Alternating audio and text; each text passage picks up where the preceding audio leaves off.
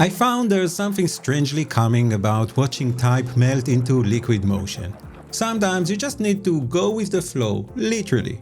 So let's take a short kayaking break powered entirely by After Effects with gently rippling water and stress levels drifting downstream. No paddling skills required, just a couple of keyframes and some built-in simulation effects doing the heavy lifting. So here's my starting point. I created a square composition 15 seconds long. Inside it I added the word sailing 4 times, courtesy of Rod Stewart of course. And I'm using the Citrus Gothic font, which you can easily sync via Adobe Fonts. I also created this looping kayak shot using Midjourney and then keyed out the blue background using Keylight. To animate the motion, I made the kayak travel up and down across the composition by attaching it to a null layer. This will help us tweak the animation later downstream. Yes, downstream. Very, very funny, I know. Now let's create the displacement source layer. For that, I'll create a new solid and apply the wave world effect to it. Instead of the default Mr. Spock viewfinder, I'll switch the view to height map, which will show us the ripple map. Then under the simulation section, let's bump up the grid resolution to 80, and then turn down the wave speed to 0.4.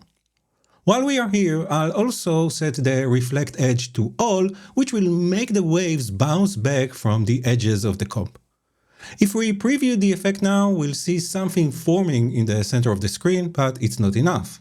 I want to make it work with our kayak paddler, so we need to connect the producer position to the kayak null. To make it happen, open the producer one and then double-click on the position value to expose it in the timeline. Then I'll right-click on it and choose Keyframe Assistant, Null Controllers for Positional Points.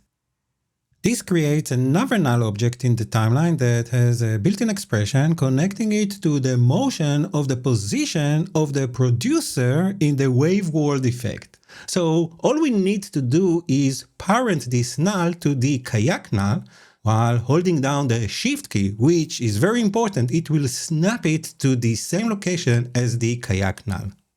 Now let's modify some of the settings here. So I'll set the width to 0.03 and the frequency to 0.6.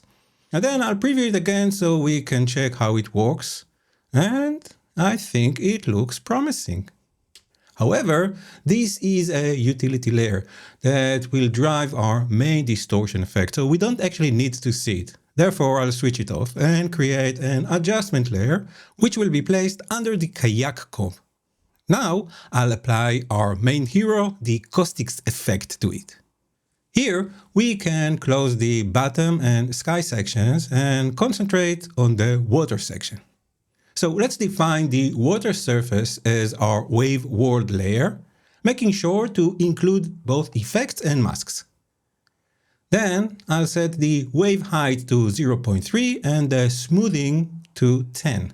I'm also going to lower the refractive index to 1.1, which seems to work nicely here.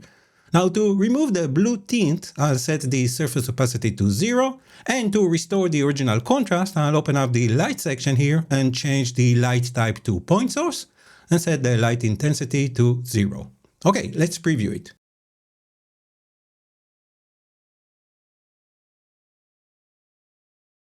Wow, looks good, but we can refine it even more. So first, I want to tone down the waves once the kayak exits the scene so the animation loops seamlessly.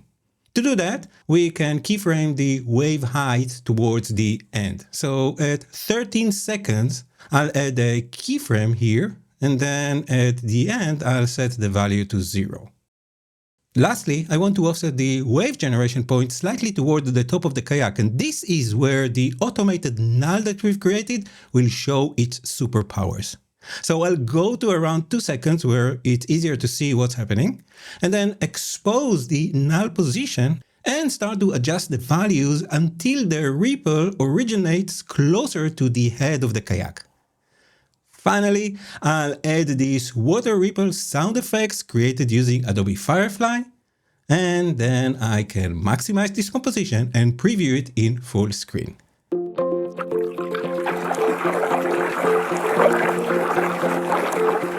And that's how you can make letters melt, ripple, and politely get out of the kayak's way. So I hope this was useful, calming, and maybe even a little inspiring, and that you can, of course, apply this technique in your own work. If so, don't forget to use the thumbs up button and the other ones next to it. Until next time, just enjoy the current.